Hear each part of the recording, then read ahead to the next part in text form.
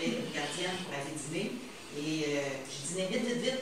C'était à 11h30 qu'on finissait l'école. Je disais vite. À midi et 10, j'étais revenue dans le cours d'école parce que je voulais jouer au ballon chasseur. Fait que moi, j'étais vraiment une grande joueuse de ballon chasseur. Et drapeau aussi. Donc, c'était mon école. La bâtisse, ici, pas construite. C'était ici un terrain de baseball. Il y avait un autre dans le coin de la route, là aussi. Donc, on a joué au baseball. Fait que ça me fait plaisir de revenir dans le domaine de l'Rive. J'ai beaucoup marché, je me suis beaucoup promenée à bicyclette. Hein? Donc, voilà. Et là, vous dire, écoutez, tout ce qui se passe depuis 2 semaines, donc ça a été pas mal actif. Et la chefferie du Bloc québécois, vous avez beaucoup entendu dans les journaux, toutes sortes de commentaires. Je peux vous dire que le fait que je sois à Québec et à Ottawa en même temps, ça dérange. Ça dérange les fédéralistes, vraiment. C'est incroyable. On le voit là à Québec avec Jean-Marc Fournier. Ça les dérange beaucoup parce que c'est certain qu'on va parler de plus en plus d'indépendance. Et ils disent, ouais, mais le cumul des fonctions, ça n'a pas de bon sens d'être payé par l'Assemblée nationale pour aller à Ottawa. Ben, je m'excuse, on envoie 50 milliards de dollars à Ottawa, année après année, les contribuables québécois. Il faut qu'on s'occupe de nos affaires. C'est juste normal. Ils cumulent des postes, là, parce que vous n'avez pas entendu parler. Tous les chefs cumulent.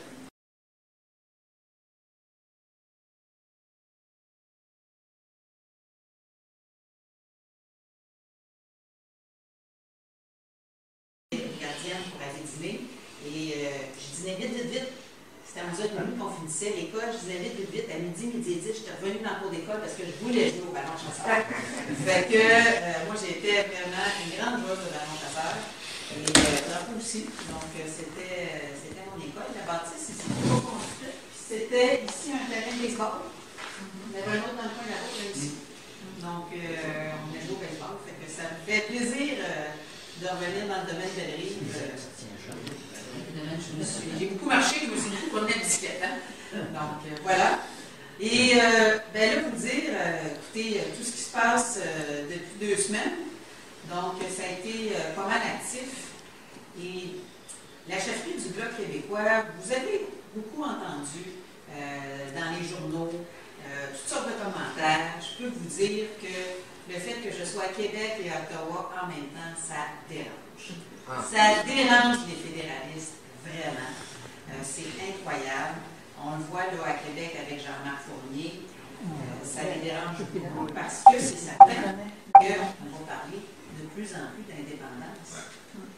Et ils disent, ouais, mais le cumul des fonctions, ça n'a pas de bon sens d'être payé par l'Assemblée nationale pour aller à Ottawa.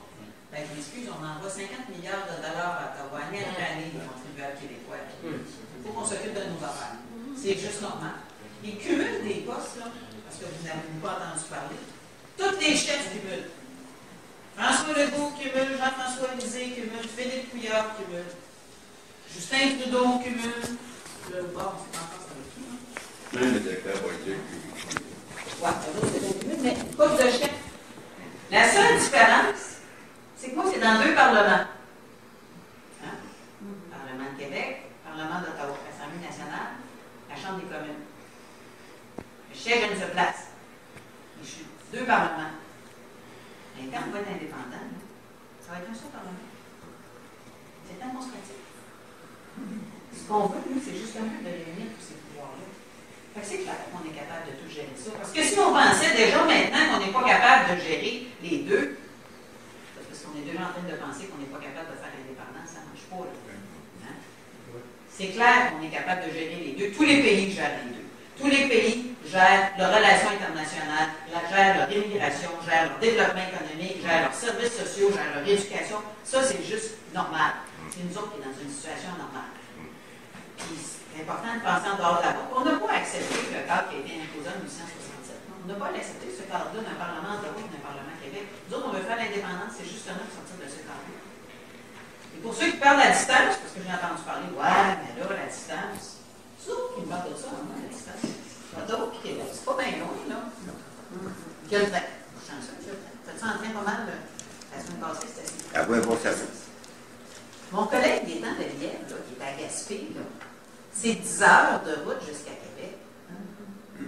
Ma collègue Marilyn Gill, qui est à Bécomo, là, c'est 10-12 heures de route jusqu'à Ottawa. Fait que Montréal. Montréal, Québec, Ottawa, là. C'est là, quand tu vas à Vancouver, c'est pas proche. C'est ça, hein? C'est proche, hein? Exact. Fait que, moi, je veux juste vous dire que ce cumul-là, ça donne de même. Hein? Je ne l'ai pas choisi, là, ça donne de même. Ben, finalement, c'est un avantage. C'est un avantage parce que ça nous permet de faire le lien avec les projets. Énergie-X, là, ça se décide à Ottawa, mais les impacts, ils vont être. Une étude à un congrès environnemental américain où il a analysé, vous savez, l'été passé, il y a eu une rive de pipeline en Saskatchewan, proche de la rivière Saskatchewan-Nord. Il a dit, bien, si un bruit comme ça arrivait dans la région métropolitaine, ça fait quoi? Parce que des pipelines, non, c'est pas s'il y en a un, c'est quand il va en avoir. Puis où, puis où est-ce qu'il va être situé. Ça, c'est clair qu'il va y avoir. Il y en a deux. Bien, en Saskatchewan-Nord, la rivière Saskatchewan-Nord, le pétrole, là, s'est étalé sur combien de kilomètres? 500. 500 kilomètres. Puis le pétrole, est-tu resté en surface? Non, parce que c'est pas du pétrole léger. Le sable bitumineux, c'est du pétrole lourd. Quand il est allé se mettre dans le fond, en fait, il a été tout long. Ce qu'il dit, c'est qu'il appelle ça une colonne d'eau.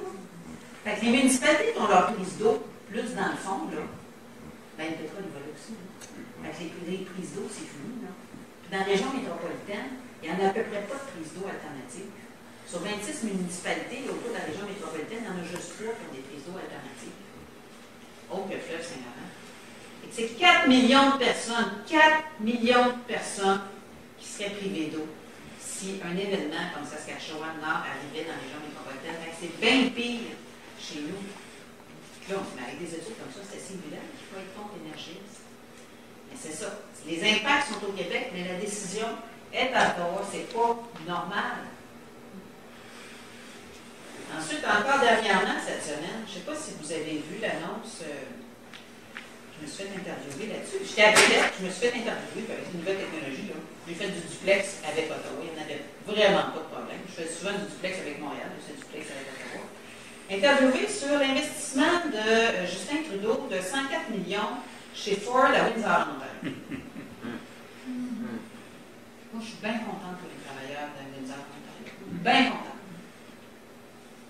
Sauf que c'est toujours deux pas de mesure. Là, en Ontario, le gouvernement canadien investit 104 millions, le gouvernement ontarien 104 millions, 50-50.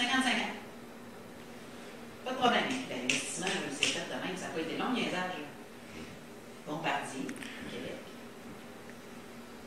Pour des emplois dans la région métropolitaine, dans l'aéronautique, qui est un secteur vraiment important au Québec, à Montréal. Le gouvernement canadien investit 4 Un prêt. Montréal. En prêt. Et juste 4 Écoutez, là, ça n'a pas de sens. Là. Il n'est pas venu lui-même non plus. Il n'est pas venu non plus. Puis c'est dans l'industrie automobile, parce que là, Ford, c'est l'industrie automobile, hein, 2017. Mais dans l'industrie automobile, en 2009-2010, ils ont mis 13-14 milliards.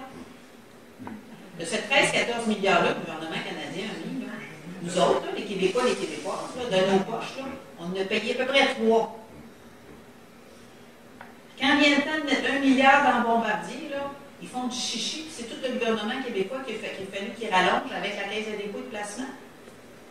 Bien, c'est ça le problème du gouvernement canadien. C'est toujours la même chose, c'est toujours disproportionné, c'est inéquitable. Puis notre argent, elle ne travaille pas pour des emplois chez nous. Notre argent travaille pour des emplois ailleurs. En Ontario, dans l'industrie automobile. Dans l'Ouest, en Alberta, pour les sables bitumineux. À Halifax, pour des chantiers maritimes, puis à Vancouver aussi pour les chantiers maritimes. Au Québec? Non. Notre argent ne travaille pas pour créer des emplois payants, structurants, qui permettent de faire l'exportation. Fait que c'est intéressant d'être aux deux places. Ça fait vraiment une différence. Et c'est ça qui est important. Et là, je vais vous parler d'un autre dossier économique, un dossier environnemental, un dossier économique, un autre dossier économique qui a été beaucoup travaillé par Xavier, pas tellement loin à côté, Xavier par Salut du Vert. Les sièges sociaux. L'exode des sièges sociaux. Moi, j'ai été très sensibilisée à ça quand j'étais chez Hydro-Québec. Et quand Alcan s'est fait acheter par Rio Tinto.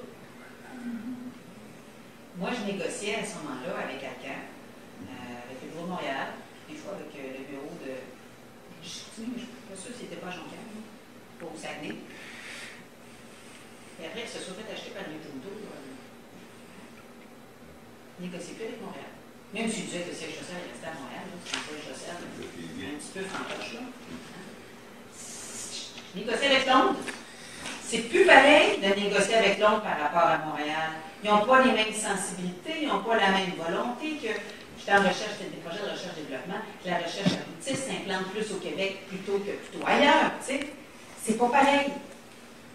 Puis on a laissé aller le siège social de Rio Tinto. Je me disais, c'est quoi dans les poignées qu'on disait souvent, on ne peut pas empêcher une entreprise de se faire acheter, hein, c'est le marché international, blablabla, le libre marché, blablabla, blablabla. Mais Xavier, il a fouillé dans les lois, tout ça, puis je ne sais pas si vous vous rappelez, mais je me rappelle de ça, mais je ne sais pas comment il avait fait. Potash Corp, là. Le gouvernement canadien a empêché la vente. En vertu de quoi, je ne savais pas trop. Et il a fouillé ça. Puis c'est en vertu de la loi sur les investissements canadiens. Dans la loi sur les investissements canadiens, le ministre du Développement économique doit autoriser les transactions qui sont plus grosses qu'un certain montant. Ce montant-là change un petit peu, là. Mais doit autoriser ces transactions-là. Par exemple, Rona, la transaction était au-dessus de ce montant-là.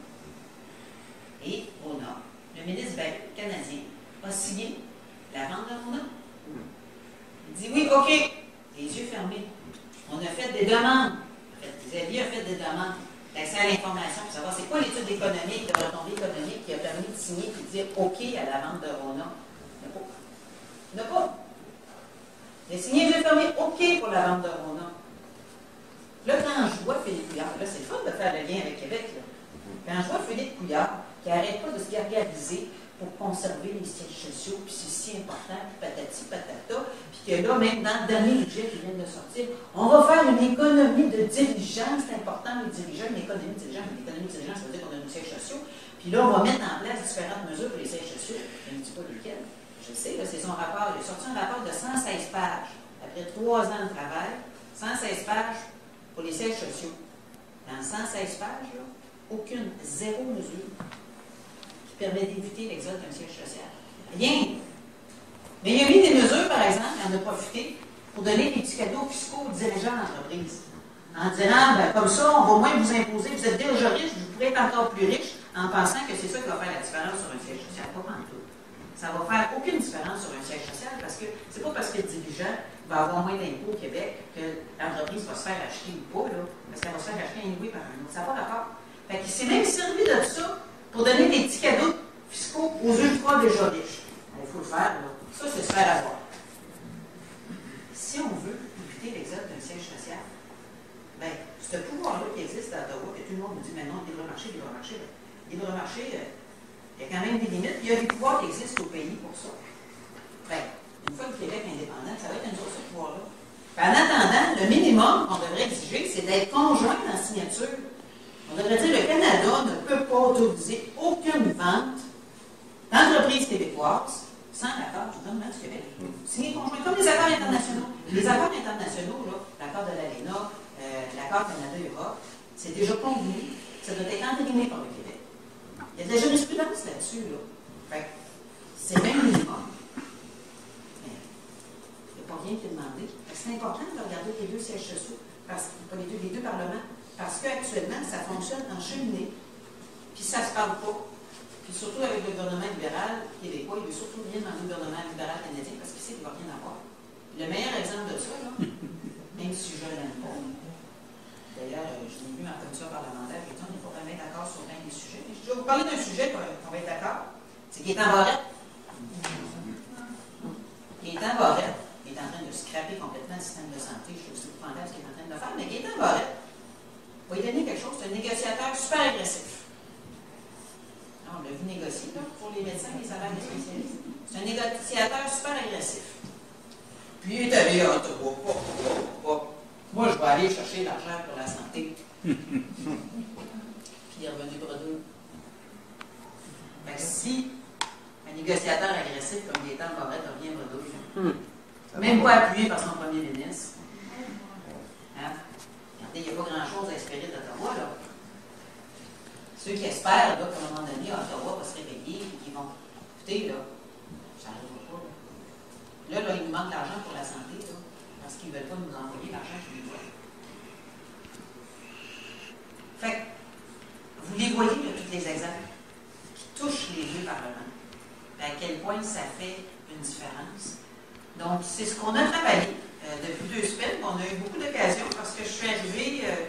des rassemblements à Montréal, au Théâtre Plaza, le samedi.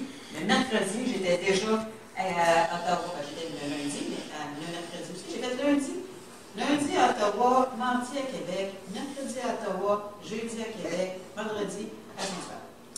Donc, ça a été ma première semaine. Donc, à Ottawa, le mercredi pour le budget. Et eux autres, à Ottawa, il n'y avait pas de problème de choix dans le micro. Chef du Bloc québécois. Je ne suis pas députée au Parlement, mais j'étais dans le huis clos. J'ai fait ça avec Xavier, avec Xavier Barcelone, avec Gabriel Sainte-Marie, puis avec Maxime Duchesne. Maxime Duchesne, vous n'avez pas entendu parler. C'est celui qui a fait les finances pour un Québec indépendant. Il travaille maintenant pour le Bloc, puis il est venu avec nous là, au huis clos. Et Philippe Dubois, qui est chef de cabinet. Et là, on a examiné le budget, puis c'est comme ça qu'on a préparé notre sortie. Et écoutez, même moi, j'ai été surprise. Aux nouvelles à TVA, le soir, il y a Ronald Brosse qui faisait la critique pour le Parti conservateur, Martine Ouellette qui faisait la critique pour le Bloc québécois, et après ça, Thomas Mulcair pour le NPD.